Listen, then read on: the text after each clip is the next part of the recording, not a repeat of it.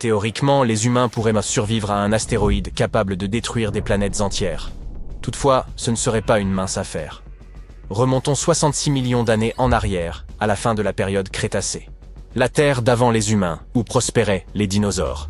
La flore et la faune étaient riches et diversifiées. Vous auriez pu observer un T-Rex pourchassant un Tricératops, ou l'immense Alamosaurus, l'un des plus grands animaux ayant jamais foulé notre planète, dominant le paysage.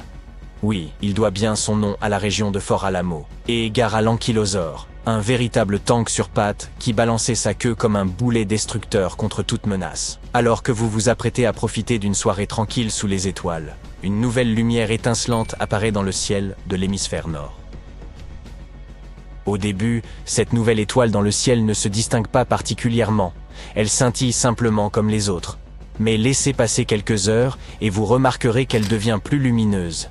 Vérifiez de nouveau la nuit suivante, et boum, c'est l'objet le plus brillant dans le ciel, éclipsant les planètes et même la Lune. Et finalement, elle surpasse de manière terrifiante le Soleil.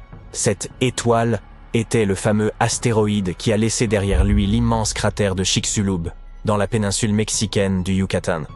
L'astéroïde pénètre dans l'atmosphère terrestre à une vitesse vertigineuse de 20 km par seconde. Il traverse les 100 km de l'atmosphère en à peine 3 secondes. Il s'abat si rapidement que même l'air ne peut pas s'écarter. Il se trouve compressé et se réchauffe de milliers de degrés en un clin d'œil.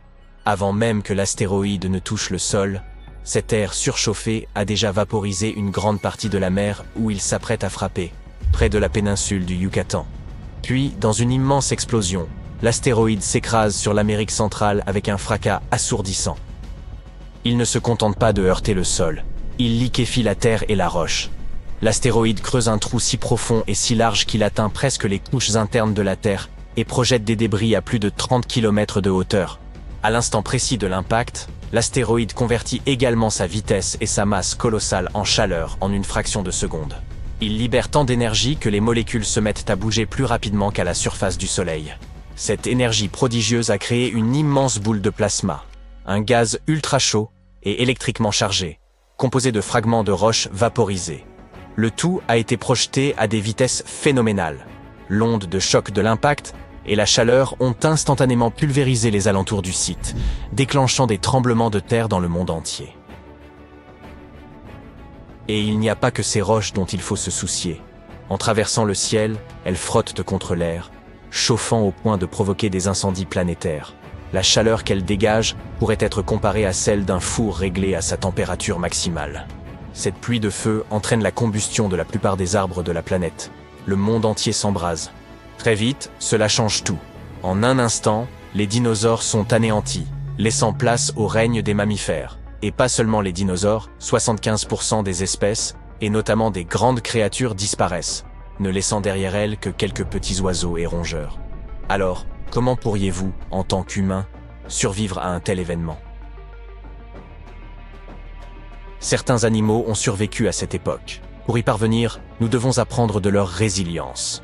Les seuls oiseaux qui survivent même aux conditions les plus difficiles sont ceux qui nichent en sécurité au sol. Parmi les rares grands animaux qui parviennent à éviter l'extinction, tous ont des stratégies pour faire face à la chaleur. Certains petits mammifères, serpents et lézards, peuvent se creuser des terriers souterrains plus frais.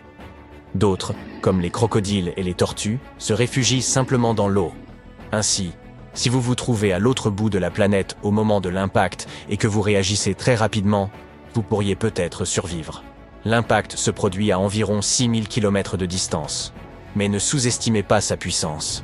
Dès que vous entendez le grand boom, réfugiez-vous sous terre aussi vite que possible. Et soyez prudent, car vous ne sentirez la terre trembler qu'environ 30 minutes plus tard. Cachez-vous dans une grotte profonde, de préférence avec une entrée étroite. Cela vous protégera des débris, et les températures souterraines resteront stables. De plus, certaines grottes possèdent des sources d'eau naturelles, des rivières ou des ruisseaux.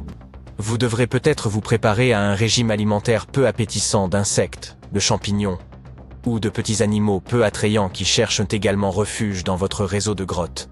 Mais c'est mieux que rien. Vous devez également vous tenir extrêmement loin de toute grande étendue d'eau. Être près de l'océan peut sembler une bonne idée lors d'un impact d'astéroïde, car la mer peut atténuer ces changements extrêmes de température. Néanmoins, Les tremblements de terre déclenchent de terrifiants tsunamis, et ce même dans les lacs ou les fjords. L'impact de l'astéroïde déclenche non seulement un tsunami, mais plusieurs, et ils sont aussi hauts que des gratte-ciel. En l'espace d'une heure, d'énormes vagues mesurant de 180 à 300 mètres de haut frappent la côte du Golfe, s'abattant sur le Mexique et le sud des États-Unis, inondant des kilomètres à l'intérieur des terres. Ces vagues sont si puissantes qu'elles repoussent même les rivières en sens inverse. Ces tsunamis se propagent le long des côtes, atteignant la côte est des États-Unis. Et 6 heures plus tard, ils frappent l'Europe, l'Afrique et le bassin méditerranéen. 15 heures après l'impact, il n'y a plus une seule côte sur Terre qui n'ait pas ressenti la fureur de ces vagues. Supposons que vous ayez survécu à l'impact initial en vous abritant profondément sous terre. Vos ennuis ne font que commencer. L'astéroïde de Chicxulub frappe une région riche en soufre, projetant 100 milliards de tonnes de soufre et une énorme quantité d'eau dans l'atmosphère.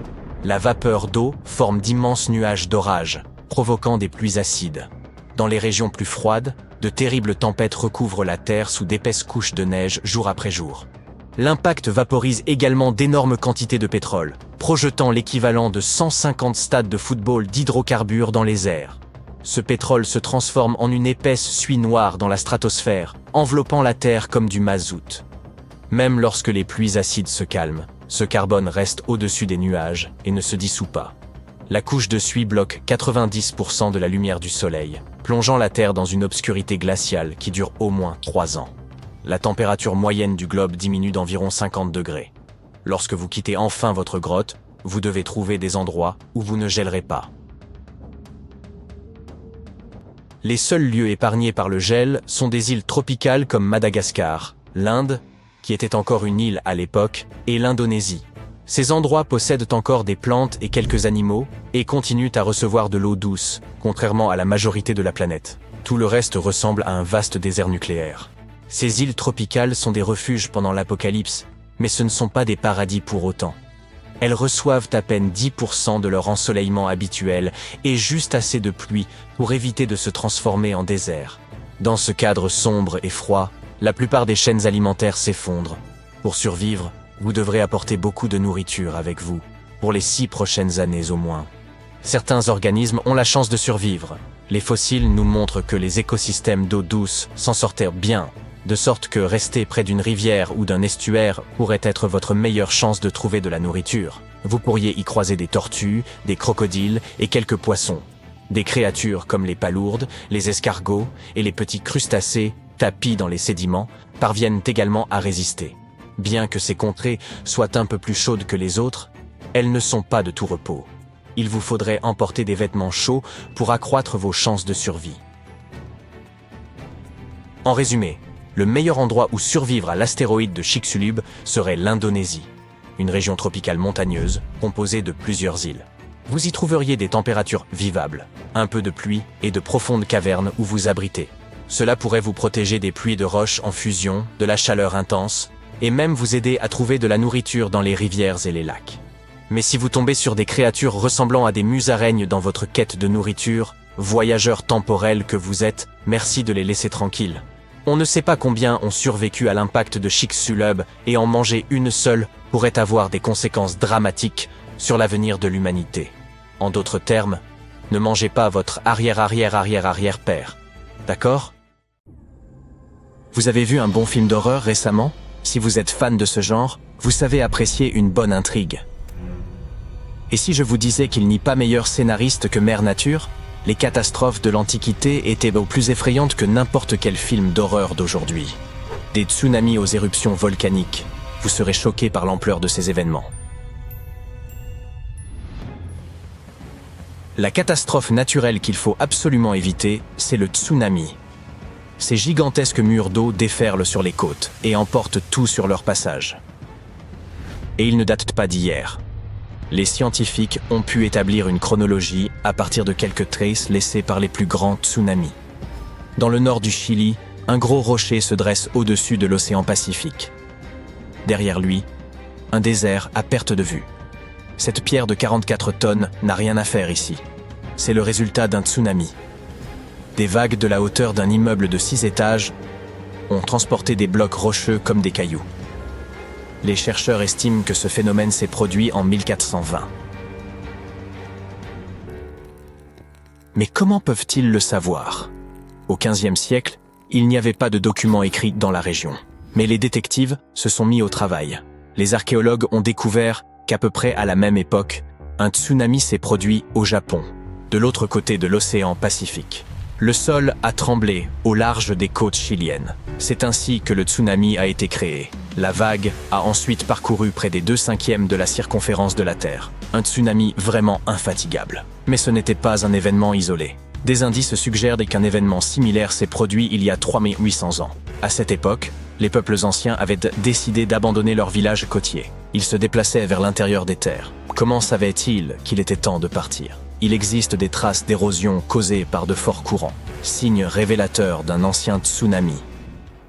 Comme vous l'avez appris dans vos manuels scolaires, l'oxygène représente 21% de l'air que nous respirons. Mais il n'a pas toujours fait partie de l'atmosphère terrestre. Il n'y avait pas d'oxygène pendant toute la première moitié de la vie de notre planète. À l'époque, le dioxyde de carbone et le méthane étaient les principaux composants de l'atmosphère. Oui, ce même CO2 qui fait pétiller nos boissons. Mais l'autre gaz n'est-il pas dangereux? Eh oui, et le méthane est inodore. C'est la raison pour laquelle il n'y avait pas de vie sur Terre il y a des milliards d'années. Comment sommes-nous passés du méthane à l'oxygène? Les cyanobactéries ont fait leur apparition. Ce groupe de microbes a commencé à évoluer il y a environ 2,7 milliards d'années. Ces micro-organismes connaissent la photosynthèse, c'est-à-dire la transformation de la lumière du soleil en énergie. Ils convertissent la lumière du soleil en énergie. Et quel est le sous-produit de ce processus? Vous l'avez deviné, l'oxygène. Rapidement, il a commencé à se répandre de l'eau vers l'atmosphère. Là, il s'est mêlé au méthane, et avec le temps, il l'a complètement remplacé. Les scientifiques ont baptisé ce processus la grande oxydation. Mais en quoi cela peut-il être mauvais? Après tout, c'est grâce à cela que nous sommes en vie. Tout cet oxygène a empoisonné les organismes anaérobies. Et non, il ne s'agit pas là de formes de vie qui séchaient leur cours d'aérobic et de pilates. Ce terme signifie simplement que ces micro-organismes n'ont pas besoin d'oxygène pour se développer. Trop d'oxygène, et c'est la mort assurée. Et c'est précisément ce qui s'est produit. Les scientifiques ont décrit un phénomène de saturation en oxygène qui a modifié l'atmosphère terrestre pour toujours. La disparition de la plupart des organismes anaérobies est un des premiers cas d'extinction. Ils n'aimaient pas l'atmosphère de l'époque et ont décidé de se retirer. Mais voyez le bon côté des choses. Ils ont fait de la place pour les humains qui, eux, adorent l'oxygène. Direction la Turquie. Non, pas les stations balnéaires que les touristes visitent en été, mais la région d'Anatolie, dans le sud-est du pays. On trouve à Göbekli Tepe les temples les plus anciens du monde. Ils remontent à la période néolithique. Les scientifiques y ont trouvé un pilier de pierre qui raconte l'histoire d'une ancienne catastrophe. Ils supposent que ce pilier est commémoratif. Aujourd'hui encore, l'homme construit des structures similaires pour marquer un événement important. Le Washington Memorial en est un exemple. Il a été construit en l'honneur du premier président américain. Mais ce pilier en Turquie ne commémore pas un événement heureux. Les scientifiques pensent qu'il témoigne d'un événement dévastateur, une comète venue s'écraser sur Terre. L'événement a dû être terrible. Le monument comporte également d'autres signes. Ces symboles correspondent à la configuration des étoiles du ciel nocturne de l'année 1950 avant notre ère. Cette date a stupéfié les chercheurs, car elle correspondait à leurs recherches antérieures sur un échantillon de carottes de glace au Groenland. Ils avaient découvert qu'un fragment de comète avait heurté notre planète à peu près à la même époque. Le site archéologique était peut-être un ancien observatoire. Et ceux qui y travaillaient ont été témoins d'un événement cataclysmique. L'impact a dû être si puissant qu'il a modifié l'axe de rotation de la Terre. Il s'agit du pôle imaginaire qui traverse notre planète de haut en bas. Cette ancienne comète a dû être très puissante pour déséquilibrer la Terre entière. Avez-vous entendu parler de la ville de Tal el-Hammam dans la vallée du Jourdain? La raison pour laquelle vous répondez probablement par la négative est que cette ville n'existe plus aujourd'hui. Elle a complètement disparu vers l'an 1650 avant notre ère. Elle était l'une des 3 villes principales de cette partie du Moyen-Orient. Ensemble, ces trois villes avaient une population supérieure à celle de Palm Springs aujourd'hui. À l'époque, Tal el-Hammam était une métropole. Elle possédait même des gratte-ciel, des immeubles de 5 étages construits en briques crues. Mais les archéologues ont découvert d'étranges marques sur ces briques. Les briques avaient fondu sous l'effet de températures élevées. Au feu. Une catastrophe avait provoqué un incendie majeur. Les découvertes archéologiques nous ont permis de connaître la cause de ces dégâts. Un caillou venu de l'espace. Mais alors, où est le cratère? Cette comète ou cet astéroïde n'a jamais atteint le sol. Il s'est désintégré avant car il se déplaçait à très grande vitesse. On appelle ces événements des explosions aériennes. La plus grande explosion de météores observée s'est produite à Tunguska, dans le nord de l'Asie, en 1908. Les scientifiques estiment que l'explosion de Tal el-Hammam s'est produite à 4 km au-dessus de la ville. Cet événement a libéré énormément d'énergie. La température de l'air a rapidement atteint 2000 degrés Celsius. C'est assez chaud pour que le tissu et le bois s'enflamment en un instant. Les briques de terre crues et le métal commencent à fondre lorsqu'ils sont exposés à pareille chaleur. C'est ce qui expliquerait les indices découverts par les scientifiques. Mais il y a eu une autre découverte, du sel.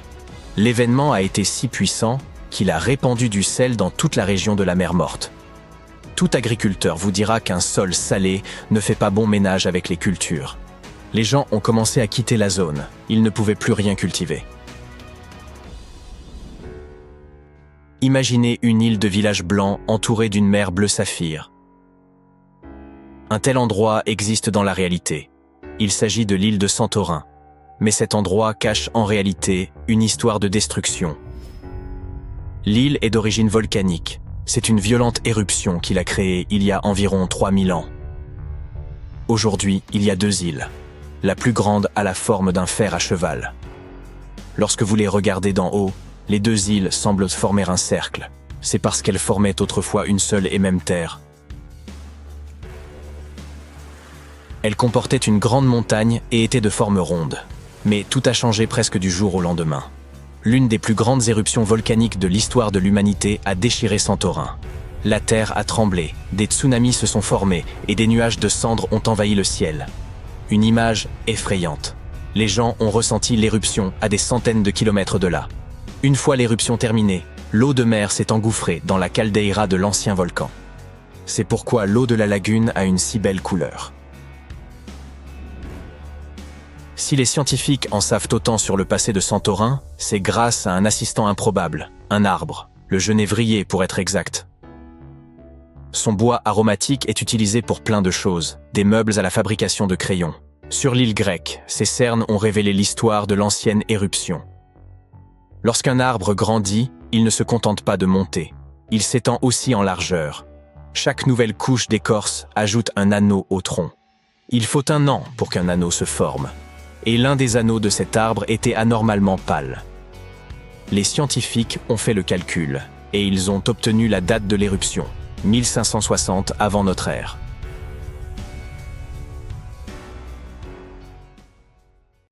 Des centaines de millions de rochers gravitent autour du Soleil dans la ceinture d'astéroïdes située entre Mars et Jupiter.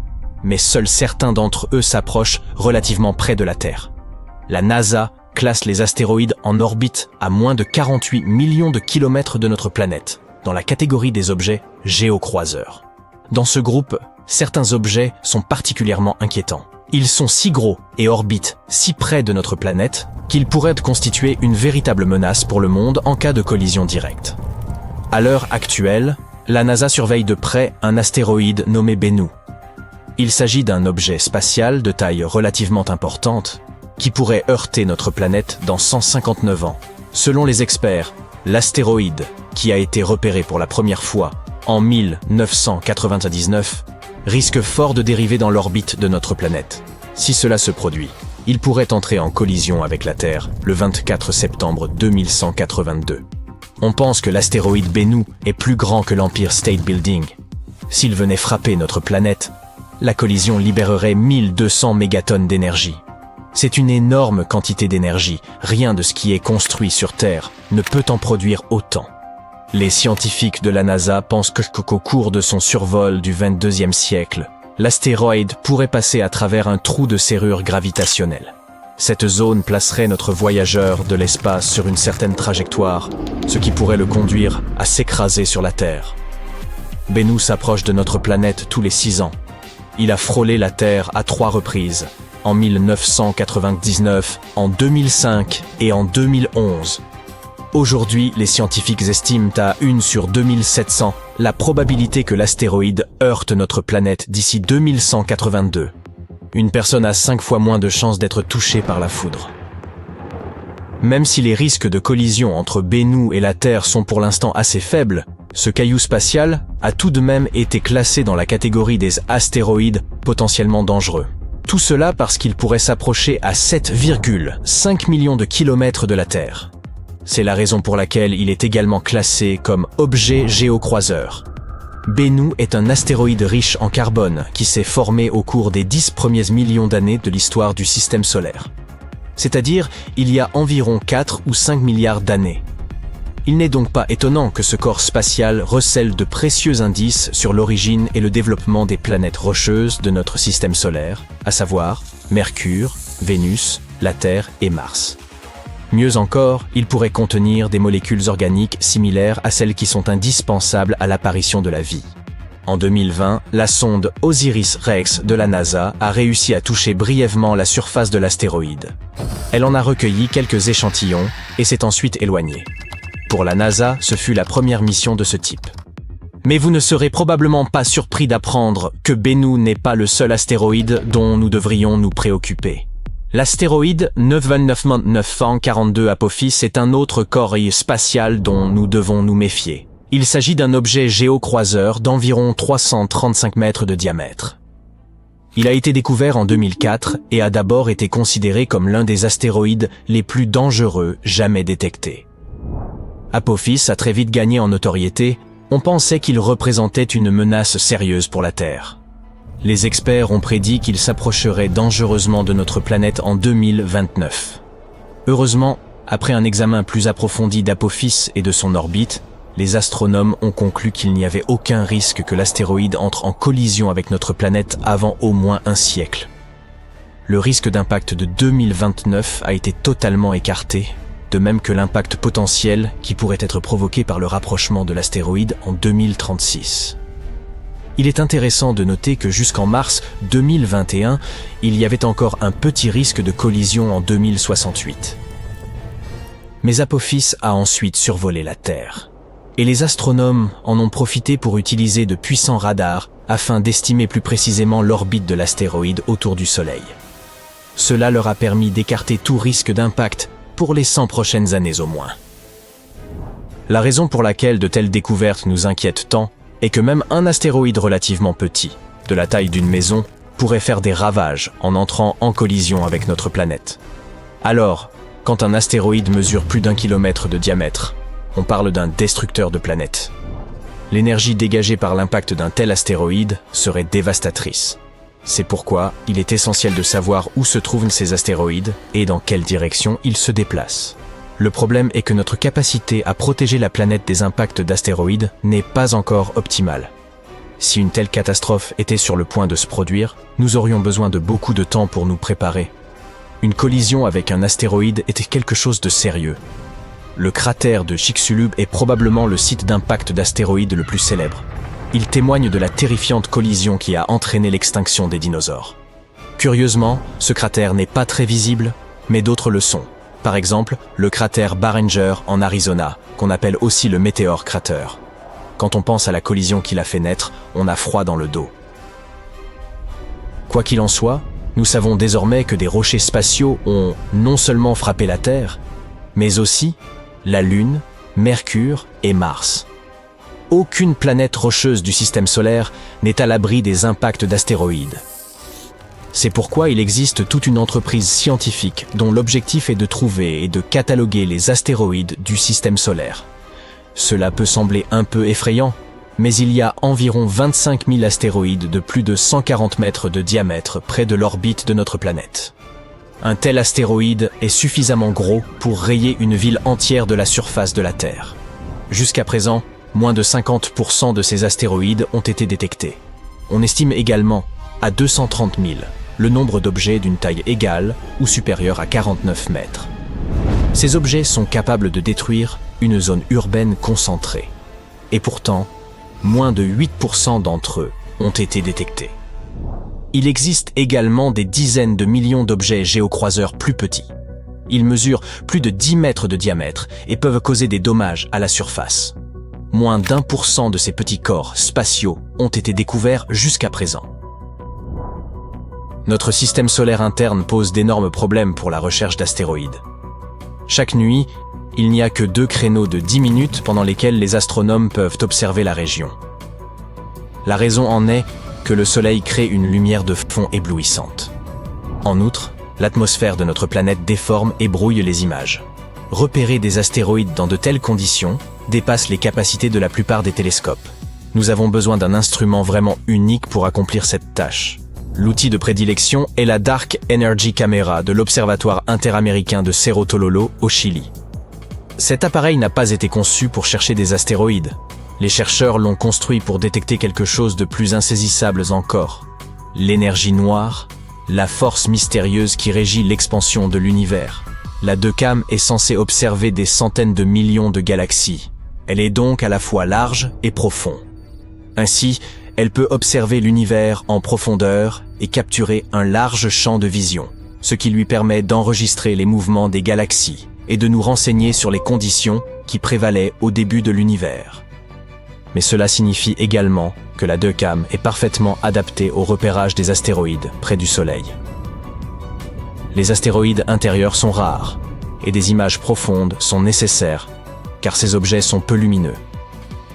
Les scientifiques doivent pouvoir lutter à la fois contre la luminosité du ciel crépusculaire près de notre étoile et contre l'effet déformant de l'atmosphère terrestre. Et la DECAM peut les aider dans cette tâche. La Dark Energy Camera a été construite pour étudier l'énergie noire, une mission qui s'est achevée en 2019. Aujourd'hui, les astronomes peuvent utiliser la puissance de cet appareil pour d'autres missions. Ils affirment que le relevé effectué par la DECAM est le plus précis jamais réalisé en ce qui concerne les objets situés à proximité des orbites de Vénus et de notre planète. Grâce à elle, nous pourrons savoir quel type d'objets se déplacent à l'intérieur de notre système solaire. Nous volons devant les planètes de notre système solaire. Nous passons devant Mars, Jupiter, Saturne, Uranus et Neptune. Puis nous traversons les ténèbres de l'espace au-delà des limites de notre monde. Nous avons atteint notre destination. Voici le nuage de Oort. Il s'agit d'une région hypothétique entourant notre système solaire et qui compte une multitude d'astéroïdes et de blocs de glace. C'est probablement ici que la plus grande comète de l'histoire de l'humanité a vu le jour. Et maintenant, elle se dirige vers le Soleil. Bernardinelli Bernstein a été découverte tout à fait par hasard pendant une enquête sur l'énergie noire, dite Dark Energy Survey. Nos télescopes étaient pointés vers les régions les plus reculées de l'espace. Leur objectif principal était de mieux connaître le processus d'expansion de l'univers. Les astronomes souhaitaient également dresser une carte plus détaillée de l'univers observable.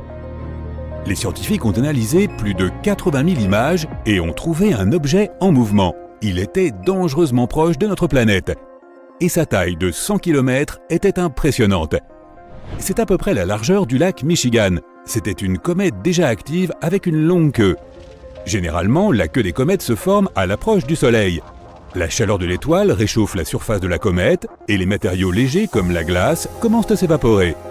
Cela forme un nuage de vapeur et de poussière qui s'étend bien au-delà de la comète. Mais Bernardinelli Bernstein était trop éloigné du Soleil pour commencer à se réchauffer. Cela signifie que sa surface a une composition différente. Elle pourrait être composée de monoxyde de carbone solide, ce qui augmenterait sa luminosité. C'est probablement la raison pour laquelle on est en mesure de l'observer depuis la Terre avec nos télescopes. Nous pouvons comparer Bernardinelli Bernstein à la plus grande météorite qui soit jamais tombée sur Terre. Il y a environ 66 millions d'années, notre planète a été frappée par une météorite d'environ 10 km de large. L'onde de choc provoquée par cette collision a fait plusieurs fois le tour de la Terre, engendrant des tsunamis plus impressionnants que les plus grands des gratte-ciel. Et l'énergie de l'explosion a mis le feu à de vastes régions. Presque toutes les créatures vivantes, y compris les dinosaures et les plus anciens poissons, ont disparu. La météorite a laissé derrière elle un cratère 3 fois plus grand que Manhattan. L'endroit où elle est tombée était riche en soufre. Cette substance s'est évaporée en raison de la chaleur anormale et s'est concentrée en d'énormes nuages, entraînant des pluies acides pendant plusieurs semaines. La comète que nous venons de découvrir est 10 fois plus grosse. Si elle se dirigeait vers la Terre, tu pourrais la voir à l'œil nu bien avant son impact. Elle ressemblerait à une étoile avançant dans le ciel nocturne. Quelques jours avant que la comète n'atteigne notre planète, tu la verrais même en plein jour. Tu pourrais aussi facilement distinguer sa longue queue. En pénétrant dans notre atmosphère, la comète produirait un grondement si puissant qu'on l'entendrait même de l'autre côté de la Terre. À ce moment-là, la comète commencerait à chauffer en raison de la friction de l'air. Elle commencerait à brûler, d'innombrables débris se détacheraient du corps principal de la météorite et tomberaient sur la Terre. Au moment où Bernardinelli Bernstein toucherait la surface de la planète, on verrait un éclair si lumineux qu'il éclipserait le Soleil. En une fraction de seconde, une quantité colossale d'énergie serait convertie en chaleur. Cela créerait l'explosion la plus puissante de l'histoire de la Terre. Elle arracherait littéralement des morceaux de la planète et les projetterait dans les airs.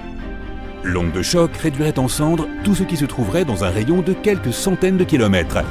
Elle continuerait à se propager dans différentes directions, brisant et pliant les arbres. Ensuite, elle atteindrait les montagnes enneigées et déclencherait d'énormes avalanches qui recouvriraient de nombreux villages. L'onde de choc ferait le tour de la planète, faisant éclater les vitres sur tous les continents. Les tsunamis seraient si hauts qu'ils dévasteraient des villes côtières entièrement. Le tremblement de terre le plus violent de l'histoire briserait le sol en créant de profondes fissures. Après l'impact, des milliards de tonnes de poussière et de cendres s'élèveraient dans le ciel. Un gigantesque nuage noir bloquerait complètement les rayons du soleil. La Terre serait plongée dans l'obscurité. Tous les débris présents dans l'air commenceraient à fondre, se transformant en une lave liquide qui retomberait à la surface, causant des dégâts considérables. Les cendres et la poussière en suspension masqueraient le soleil pendant plusieurs mois encore. En conséquence, la température sur Terre chuterait de plusieurs degrés. Même s'ils parvenaient à se réfugier dans de profonds abris et bunkers, les gens, ainsi que tous les autres organismes vivants de la planète, auraient peu de chances de survivre à cet événement. Heureusement, Bernardinelli Bernstein ne risque pas de s'approcher de la Terre de sitôt. Pour l'instant, la comète se trouve à environ 20 unités astronomiques du Soleil. Cela représente 20 fois la distance entre la Terre et le Soleil. Cela signifie que la comète va bientôt croiser l'orbite d'Uranus. En 2031, elle sera à 11 unités astronomiques de notre étoile. C'est juste à l'extérieur de l'orbite de Saturne. À ce moment, Bernardinelli Bernstein sera au plus proche du Soleil. Puis elle retournera vers les confins du système solaire. Mais la comète ne manquera pas de revenir. Elle s'éloignera du Soleil et ralentira jusqu'à ce que la gravité de l'étoile la tire en arrière. Ensuite, elle fera un autre tour autour de notre système solaire, mais cela prendra environ 3 millions d'années. Pour l'instant, ce sont d'autres météorites dont nous devons nous préoccuper. Par exemple, 3200 Phaéton. Elle croise les orbites de Mars, de la Terre, de Vénus et de Mercure. Puis elle fait le tour du Soleil et revient. Ce cycle dure environ 523 jours. Une fois ce temps écoulé, elle recommence. Cette météorite est considérée comme potentiellement dangereuse car elle traverse l'orbite de la Terre à seulement 7,5 distance Terre-Lune. Pendant l'une de ses dernières visites, ce bloc de roche de 6 km de large a arrosé notre planète de petits météores. Comme l'astéroïde passe souvent près du Soleil, sa surface ressemble probablement au fond asséché d'un marécage de boue. Elle est couverte d'écailles et de fissures. Lorsqu'elle passe devant la Terre, ces écailles se détachent et entraînent des pluies de météores. Mais le plus gros astéroïde potentiellement dangereux est 1999 JM8. Il a une taille équivalente à 77 terrains de football. Il passe devant la Terre à environ 9 distances Terre-Lune. Il s'approchera le plus près de notre planète en août 2137. Si une telle météorite venait à percuter la Terre, un continent entier pourrait être anéanti. Le reste du monde serait dévasté par d'immenses tsunamis, mais survivrait à l'événement. Alors naturellement, les scientifiques réfléchissent aux moyens de prévenir une telle catastrophe. La première solution est une gigantesque explosion contrôlée. Selon l'une des lois de la physique, si l'on applique une force dans une direction, elle provoquera une réaction dans la direction opposée. Donc si nous repérons un astéroïde sur le point d'entrer en collision avec la Terre, ce que nous devons faire, c'est envoyer une fusée vers lui. De cette façon, nous produirons une explosion contrôlée, pas à l'intérieur, mais juste au-dessus de sa surface. L'explosion sera dirigée vers le haut et l'astéroïde se déplacera vers le bas. Ce minuscule décalage sera suffisant pour modifier sa trajectoire et il passera devant la Terre sans la toucher. Une autre solution consiste à envoyer un objet lourd, comme un vaisseau spatial, vers l'astéroïde. Les objets lourds possèdent leur propre gravité. Le vaisseau spatial devra donc voler tout près de la météorite qui l'attirera vers sa surface. Mais les moteurs du vaisseau spatial résisteront. Il commencera à tirer l'astéroïde dans la direction opposée. Cela changera sa trajectoire et notre planète restera intacte. Nous pouvons aussi percuter l'astéroïde avec le vaisseau spatial. Et paf! Nous pourrions également construire une station spatiale comme l'ISS. Elle serait équipée de tout un tas d'énormes loupes. Nous enverrions la station au plus près du Soleil et nous commencerions à chercher des astéroïdes potentiellement dangereux. Puis nous orienterions toutes les lentilles de façon à ce que les rayons du Soleil soient concentrés sur l'immense rocher. La chaleur commencerait à vaporiser la matière à la surface de l'astéroïde. C'est là que la physique entrerait à nouveau en jeu. La matière s'évaporerait vers le haut et l'astéroïde se déplacerait vers le bas. On pourrait aussi envelopper l'astéroïde dans un film réfléchissant, quelque chose comme du papier d'aluminium. Habituellement, les corps spatiaux absorbent la plupart des rayons du Soleil. Mais si l'astéroïde était recouvert de papier d'aluminium, les rayons se réfléchiraient sur sa surface. Cela créerait une faible force de poussée et ce serait suffisant pour éviter la collision. Et bien sûr, nous pourrions fixer des moteurs de fusée sur l'astéroïde. De cette façon, nous pourrions non seulement modifier sa trajectoire, mais aussi la contrôler.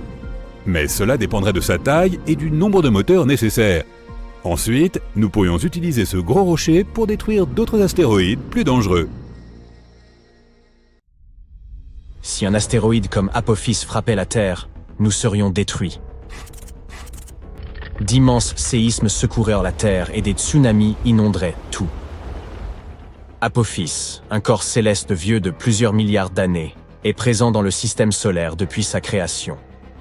Vous vous demandez sans doute quelle est la probabilité que ce gigantesque caillou entre en collision avec notre planète en 2029 ? Eh bien, nous allons voir ça, d'accord ? Apophis est un énorme astéroïde découvert en 2004 par l'Observatoire national de Kitt Peak en Arizona. Depuis, on dit de lui qu'il est l'un des astéroïdes les plus dangereux jamais localisés. Il fait environ 330 mètres de large. C'est un peu plus grand que l'Empire State Building ou la Tour Eiffel. C'est parce qu'il fait si peur qu'on l'a baptisé Apophis, du nom de la créature immortelle égyptienne qui apportait l'obscurité éternelle et la destruction. En 2021, les chercheurs ont eu l'occasion exceptionnelle d'étudier ce rocher flottant lorsqu'il est à passer près de notre planète. Nous y reviendrons dans une minute. Certains scientifiques disent qu'il y a 2,7% de chances qu'Apophis frappe la Terre le vendredi 13 avril 2029. Ce serait l'effet Yarkovsky qui serait en cause, car il pousserait ce gros rocher spatial vers la Terre. Cet effet provient de l'émission inégale de photons thermiques, dont le résultat est une force inimaginable s'exerçant sur l'objet touché. Ces photons exercent une poussée immense et jouent un rôle essentiel dans la dynamique du corps en question. L'astéroïde possède deux faces, une sombre et une claire, tout comme la Lune.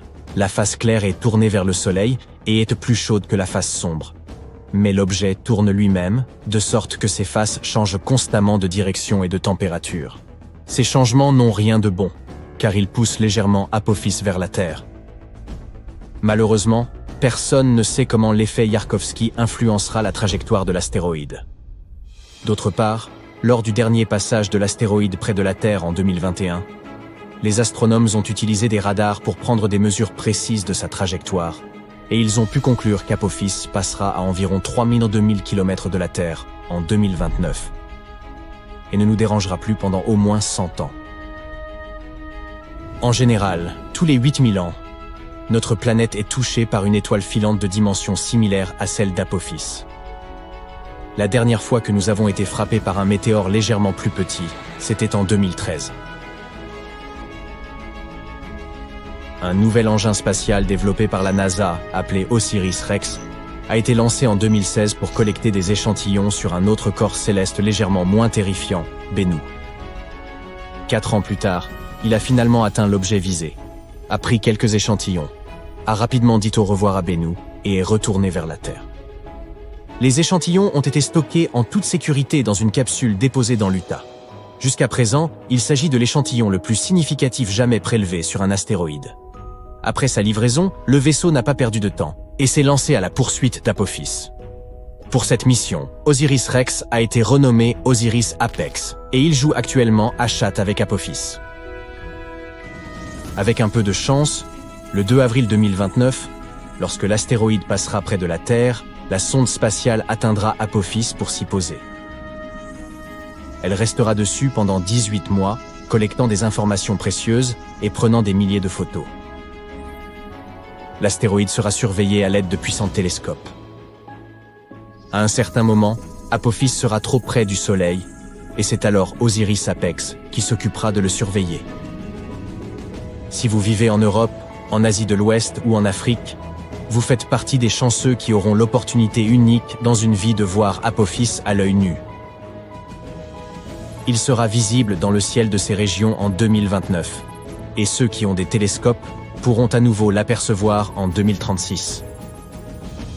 Osiris-Apex va certainement rencontrer quelques problèmes, car l'astéroïde a une croûte épaisse et l'engin spatial ne sera pas en mesure de collecter des données aussi facilement que sur Bennu. Osiris-Apex possède un propulseur unique qui soufflera toute la poussière d'Apophis lors de son atterrissage. Ce sera une occasion parfaite pour analyser la surface de l'astéroïde et pour voir de quoi il est fait. La sonde passera 1 an et demi à cartographier l'astéroïde en essayant de détecter des changements dans sa forme. Toutes ces recherches montreront comment le corps céleste se déplace et nous aurons une meilleure idée de comment protéger notre planète de tels objets. En 2025, la NASA va également lancer la mission Apophis Pathfinder et ce sera le premier vaisseau spatial à jamais toucher cet astéroïde. Il atterrira environ 1 an après son lancement.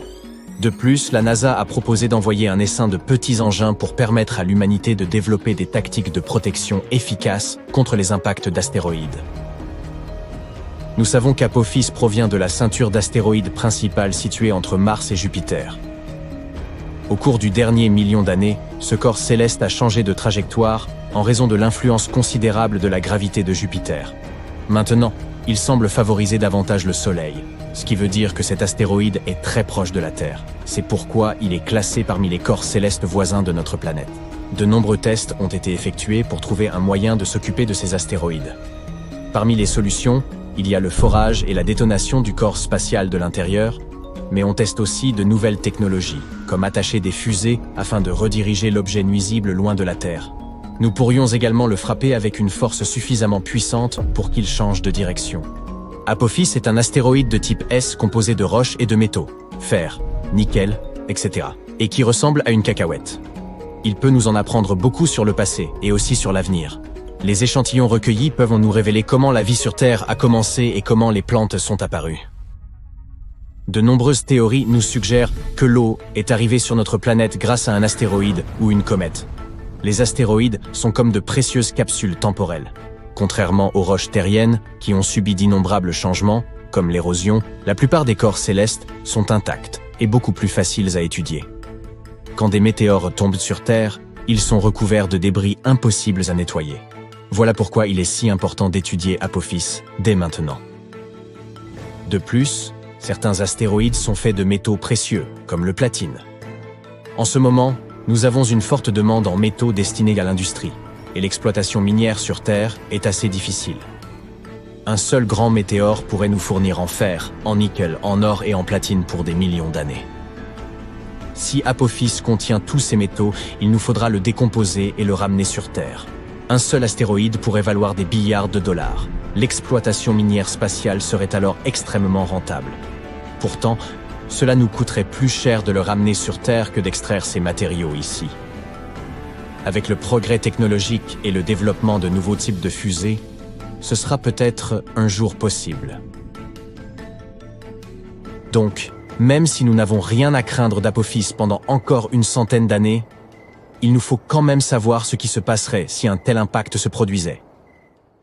Allez, avouez-le, vous voulez savoir. Eh bien, laissez-moi vous dire que vous entendriez un énorme bruit et que vous sauriez qu'une catastrophe est arrivée même à des kilomètres de distance.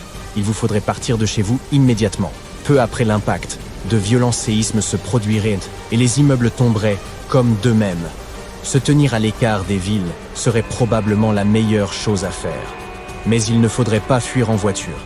Il y aurait d'énormes embouteillages et tout le monde paniquerait. Vous déplacer à pied ou à vélo serait votre meilleure option dans ce scénario. Un moyen de transport privilégié serait l'avion. Du coup, si vous avez toujours rêvé d'obtenir votre brevet de pilote, vous avez maintenant une bonne excuse. Il vous faudrait aussi prendre de quoi manger et de quoi boire, et une paire de chaussettes en plus. Vivre près de l'océan ou de la mer est agréable, mais dans ce scénario, il n'y aurait pas pire endroit. D'énormes vagues frapperaient en effet les côtes après l'impact. Loin de la zone d'impact, les tsunamis pourraient en prendre jusqu'à 30 heures pour arriver. Ça vous laisserait un peu de temps pour vous préparer.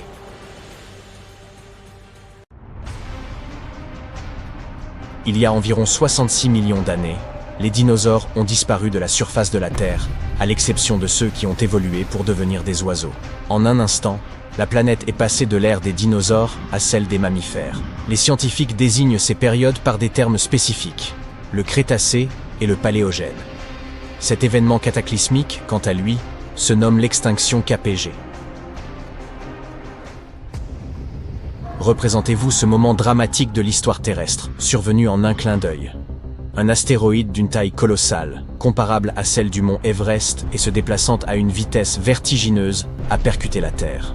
Il s'est écrasé dans la région que nous connaissons aujourd'hui sous le nom de cratère de Chicxulub, situé dans le sud du Mexique. L'impact fut titanesque et tout ce qui se trouvait à proximité fut instantanément vaporisé, libérant une énergie colossale. C'est l'une des plus puissantes explosions que la planète ait connues en plusieurs milliards d'années. Rien n'a survécu aux abords du point d'impact. Alors que les effets immédiats s'atténuaient, la surface terrestre a été sujette à des bouleversements violents. Le sol s'est mis à trembler, provoquant des séismes d'une intensité inouïe. Les continents eux-mêmes semblaient rebondir sous l'impact. Ensuite, le fond océanique s'est agité, générant un tsunami d'une ampleur exceptionnelle, dont les vagues ont pénétré profondément à l'intérieur des terres autour du golfe du Mexique. Les débris projetés dans l'atmosphère ont commencé à retomber sur Terre, comme une pluie ardente. Même si vous étiez éloigné des fragments les plus imposants qui se sont écrasés au Mexique, des morceaux plus petits mais chauffés à blanc fendaient encore l'air. Cela a tant réchauffé l'atmosphère que des feux de forêt se sont déclarés sur l'ensemble du globe. Les dinosaures qui vivaient loin de la zone d'impact ont d'abord perçu un léger tremblement. Très vite, le ciel s'est obscurci, plongeant la planète dans une nuit artificielle en plein jour. Les températures ont chuté de manière drastique, et cette nuit a perduré pendant plusieurs semaines. Peu à peu, un voile de cendres a commencé à recouvrir toute la planète. Des substances nocives, comme le dioxyde de carbone et des particules du fond océanique, se sont dispersées dans l'atmosphère, perturbant une fois de plus la température, avec des variations extrêmes de chaleur et de froid. La nature en a souffert.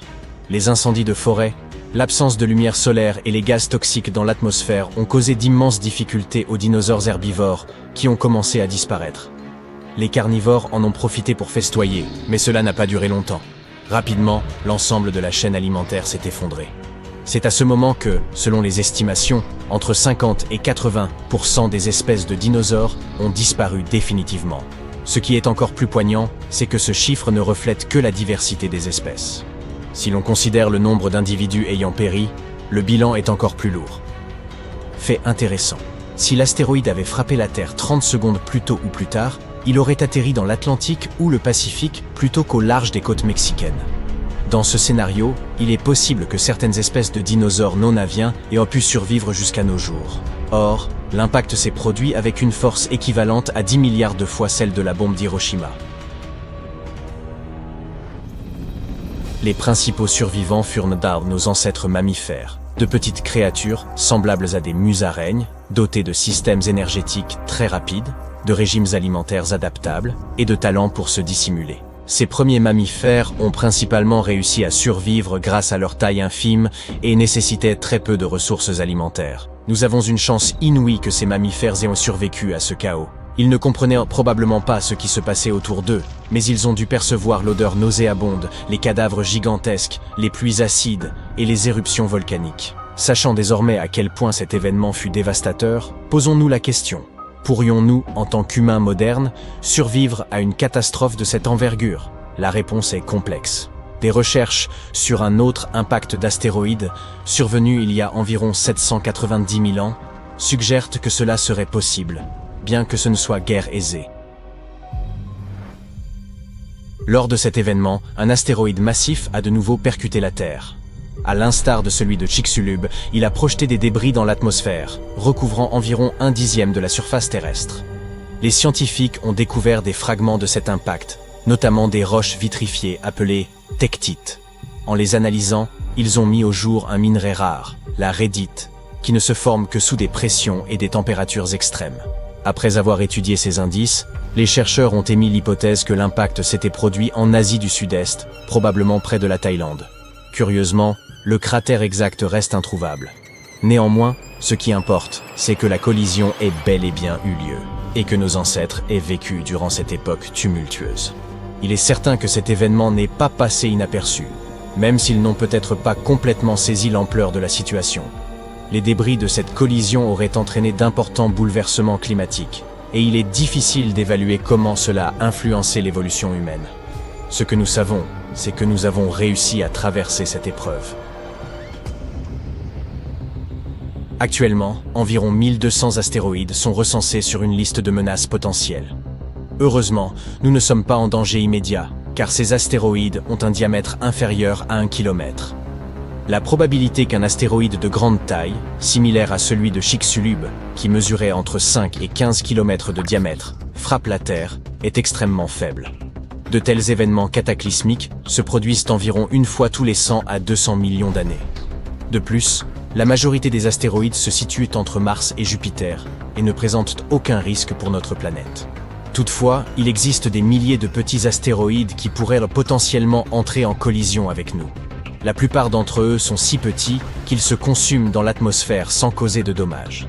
Certains, plus gros, pourraient endommager des bâtiments ou des villes, mais ne représenteraient pas une menace pour la vie dans son ensemble. Mais que se passerait-il si une comète ou un astéroïde majeur percutait la Terre aujourd'hui? Un tel impact pourrait tout d'abord modifier l'orbite terrestre. L'énergie initiale libérée provoquerait une onde de choc brûlante atteignant les 300 degrés Celsius. Un incendie d'une telle ampleur embraserait de vastes régions de la surface terrestre et pourrait engendrer des conséquences à long terme sur le climat hivernal. La fumée des méga-incendies, ainsi que la poussière et la vapeur d'eau, formeraient une épaisse couche de nuages dans la haute atmosphère. Comme lors de l'extinction des dinosaures, cette couverture réduirait la lumière du soleil, entraînant une chute des températures pendant des décennies. La majorité de la végétation périrait en quelques semaines. Les arbres de grande taille pourraient survivre durant de nombreuses années grâce à leurs réserves de sucre et à un métabolisme ralenti. En dehors de cela, la vie serait essentiellement réduite aux microbes et aux créatures les plus petites. Pour faire face à ce genre de situation, 3 stratégies sont envisageables pour l'humanité. La plus efficace consiste à empêcher l'impact de se produire en premier lieu. Les scientifiques travaillent déjà à identifier les astéroïdes susceptibles de croiser la trajectoire de la Terre et débattent des moyens de s'en défendre. Une des options consiste à utiliser nos armes les plus puissantes pour fragmenter l'astéroïde en petits morceaux. Ces fragments pourraient manquer la Terre ou se désintégrer en entrant dans notre atmosphère, ce qui serait efficace pour des astéroïdes d'environ 1 km de diamètre. Cependant, cette méthode ne fonctionnerait pas pour des astéroïdes aussi massifs que celui de Chicxulub. La quantité d'énergie requise pour les détruire dépasse largement notre arsenal actuel. Mais si l'astéroïde est repéré suffisamment tôt, une série d'explosions pourrait peut-être modifier sa trajectoire et éviter la catastrophe. Selon les chercheurs, les astéroïdes de plus de 40 km de diamètre seraient presque impossibles à stopper avec notre technologie contemporaine. Heureusement, la probabilité qu'un tel astéroïde frappe la Terre est extrêmement faible. Si nous ne pouvons pas empêcher l'impact, la deuxième stratégie consisterait à se réfugier sous terre en construisant de vastes bunkers. De nombreuses espèces fouisseuses ou vivant en profondeur dans les océans ont survécu à l'extinction de masse il y a 66 millions d'années. Ces habitats souterrains pourraient ainsi nous protéger des effets directs de l'impact, comme les explosions et les incendies, ainsi que de l'hiver provoqué. Nous pourrions exploiter la chaleur naturelle de la Terre et vivre dans des dômes protecteurs, construits dans les régions continentales stables ou en profondeur sous les océans. Ces abris devraient être équipés de provisions essentielles telles que nourriture, médicaments, carburant et eau, et peut-être même de banques de gènes pour préserver la biodiversité. La troisième stratégie, bien moins recommandable, serait de faire comme dans le film Don't Look Up. Ignorer le problème jusqu'à ce qu'il soit trop tard. Une véritable solution nécessiterait la coopération des gouvernements et des institutions de nombreux pays pour concevoir, construire et lancer des dispositifs dans l'espace afin de prévenir l'impact. Réussir à obtenir une telle coopération relèverait déjà de l'exploit en soi. Quoi qu'il en soit, la NASA prend très au sérieux la menace que représentent les astéroïdes.